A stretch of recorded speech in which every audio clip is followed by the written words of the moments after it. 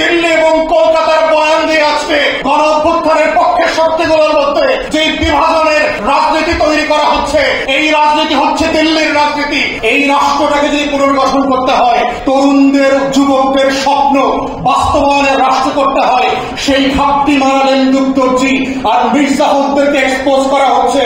আজকের যুব সম্মেলনের প্রধানতম ইস্তেহার হওয়া উচিত বলে আমি মনে করি।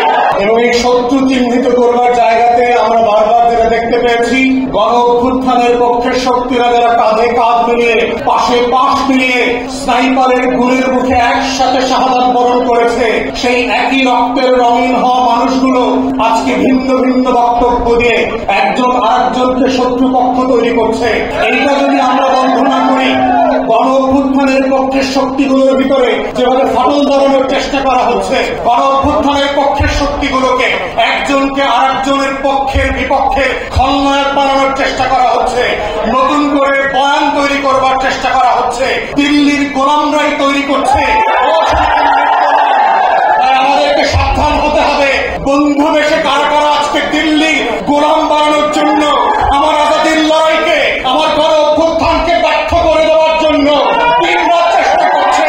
সেই দিল্লির গোলামদেরকে এক্সপোজ করা, সে রাজনৈতিক দলের নেতা হোক, সে আমলাতন্ত্রের মধ্যে হোক, সশস্ত্র বাহিনীতে হোক, গোয়েন্দা সংস্থায় হোক, এই যে নতুন বয়ানের রাজনীতি তৈরি হচ্ছে, যে রাজনীতির মধ্য দিয়ে গণ অভ্যুত্থানের নায়কদেরকে আজকে খলনায়ক বানানো হচ্ছে, যেন বাংলাদেশ সব ফেলছে সমন্বয়করা। বান্ডেল থাকলে প্রতি সেনমানিতে টাকা বাঁচবে।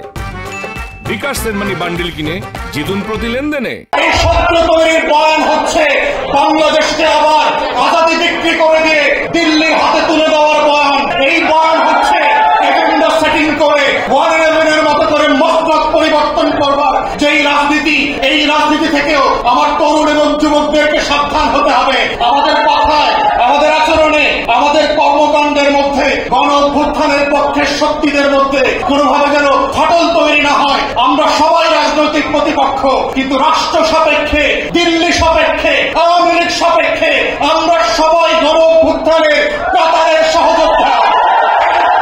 এই লড়াইতে বিএনপিও লড়াই করেছে, এই লড়াইতে এনসিপিও লড়াই করেছে, এবি পার্টিও করেছে, জামাত শিবিরও করেছে, চরমনাইও করেছে। তারা কেউ গণ অভ্যুত্থানের শত্রু না।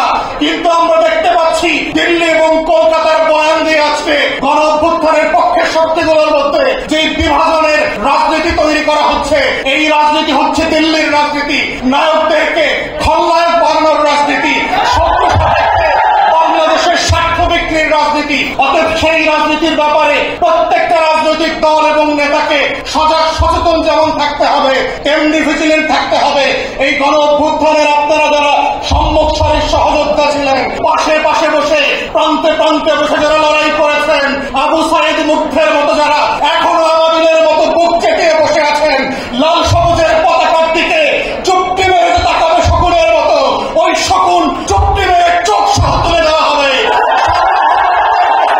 স্বাধীনতার প্রশ্নে, আজাদির প্রশ্নে কোনো কম্প্রোমাইজ হবে না। এটাই হচ্ছে আগামী দিনের নতুন বাংলাদেশের একমাত্র বয়ান। এবং সেই বয়ানের নেতৃত্বে এনসিপি থেকে শুরু করে জাতীয় যুব শক্তি নেতৃত্ব দেবে।